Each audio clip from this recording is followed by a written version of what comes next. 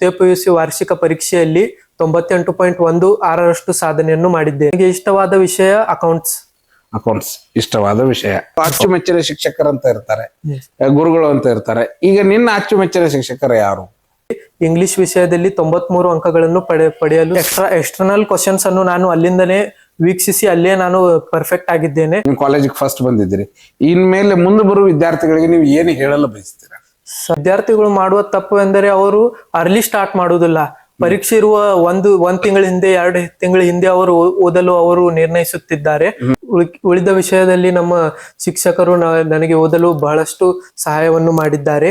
ಒಳ್ಳೆಯದಾದ ಶಿಕ್ಷಕರಲ್ಲಿ ಒಂದಾಗಿದ್ದಾರೆ. ಅವರು ಬಡ ವಿದ್ಯಾರ್ಥಿಗಳಿಗೆ ಕೂಡ ಸಹಾಯ ಮಾಡುತ್ತಿದ್ದಾರೆ.